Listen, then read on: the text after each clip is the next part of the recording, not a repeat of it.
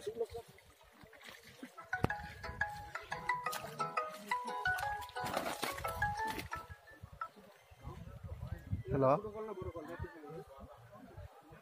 ওয়ালাইকুম আসসালাম। ভাই আমি তো বলছিলাম 12টার মধ্যে আসলে নিতে পারবো, কিন্তু বাইরে চলে আসি, রংপুর আসছি।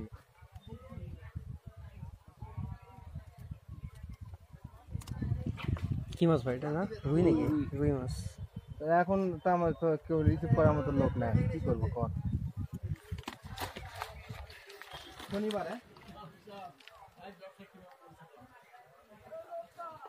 না, কালকে আমি যাই, তো সন্ধ্যা হবে ভাই।